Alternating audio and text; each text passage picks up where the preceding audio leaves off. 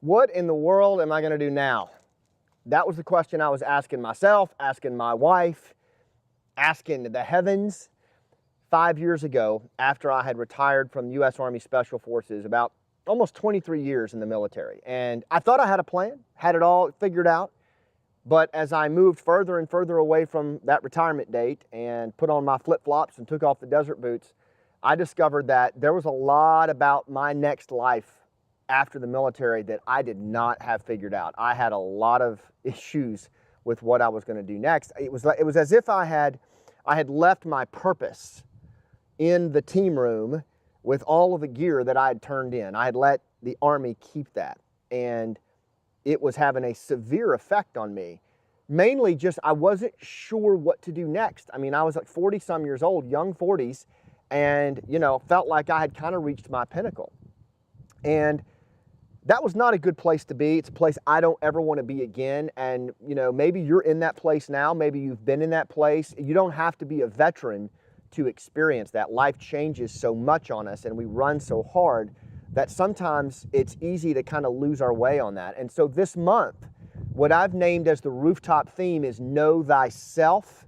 And the weekly theme, the first weekly theme to feed into that for May is torches and tracks. And I believe those two things are essential to knowing yourself and pursuing a purpose-based life and fulfilling on the things that you were put on this earth to do. Now, you've heard me talk about tracks, right? My dad has always said that. Rex Mann has always said, leave your tracks in this world. He described tracks as those indelible impressions that we leave in the earth that serve not those around us necessarily as much as they serve those who follow us, right? The people that we'll never even meet. It is, that's a big old boat there. Our tracks are like our inner compass, our why. And the way I tell people to go after this is just think about it's 15 years after you've left this world, and the person who held your hand when you took your last breath is now having coffee with someone who never met you. What would you have that person say about you? That's a good way to think about it, okay? Now, your torch, on the other hand, Jamie dared me to make a torch, right? So your torch is like a temporary thing. Your torch for me was being a Green Beret. When I decided to become a Special Forces guy, I carried this torch for, almost 2 decades. And this was the torch that I used to feed into those tracks. It was my passion, right? And it burned really bright, but then as I got towards the end of my career, it started to kind of burn out. And that's the thing about a torch. A torch, the way I would describe it, it is the passion that operationalizes those deep tracks that you have in the world. 5 years ago, 6 years ago, I was a Green Beret, and that came to an end. Today, I am a high-stakes storyteller. I am a connection coach. I am an advocate for veterans. I am trying to change the game. I am changing the game in how we fight violent extremism. I carry 3 or 4 new torches now. And guess what? Those will come and go as well. Torches are simply the word I use to describe our passions for operationalizing those deep tracks. Tracks are forever. They're your inner compass. They're the things that you were gifted from a power bigger than yourself, and you owe it to yourself to get clear on what they are. They are the essence of your identity. Your torches, they come and go. They're powerful. They're where you apply your passion, but they change over time, and that's a healthy thing to do. My caution to you is don't do what I did and don't overinvest in one torch. Right, Wes? Wes has done music his whole life, right? And he's a brilliant musician, and he's still a brilliant musician, and he carried that torch and it burned brightly for years.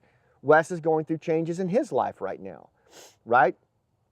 It doesn't mean that he doesn't still love that torch, but he's carrying new torches now, right? And we all have to be open to that. And if we're not careful, if we overinvest our identity in a torch, which is merely the application of a passion in time and space, it can get sporty when we have to move on to other things. So give that some thought. Did I cover that okay? You did very well. My homework to you guys would be this.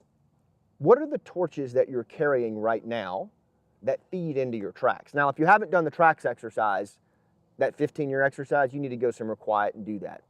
I do it about once a quarter here. But now we're starting to get into execution now. What are the torches that you're carrying or want to carry to build those deep tracks? I just got through telling you, right now I am a storyteller. I am a connection coach. I am the founder of the Hero's Journey. You see what I mean? Those are my torches, and those are my broad channels that I apply my efforts in time and space. And it allows me to operationalize and lead my tracks. My tracks, by the way, are to contribute to things bigger than myself from the bottom up. Right? That never changes. I did that as a Green Beret. Now I'm doing that as a storyteller, doing it as a husband, a father. See what I mean? Your tracks just give you real-time focus of where you put your passion. Okay, so what are your tracks? What are your torches? And how do they feed into that? In other words, the torches that you're carrying right now or the torches that you want to carry, how are they going to feed those deep tracks that you have for your life? Are they feeding them? And if they're not, are you doing the right things for your life to feed your inner purpose, your inner compass? So, remember why we do this. Because people follow clarity, don't they, Wes? Absolutely. People follow authenticity, and people follow purpose. They buy from those things, they invest in those things, and they sure as hell follow those things. So do the work, and you'll be glad you did. Also, I want to invite you to join us in Rooftop Leadership Mastery. If you like this work that we're doing here, this tribe of folks, it's the coolest. It's only about, what is it, $50 a month-ish. The first month is, I think, how much is it for it's $1 for the first month. So you can make sure it's the right fit. You just go to rooftopleadership.com/mastery, check it out.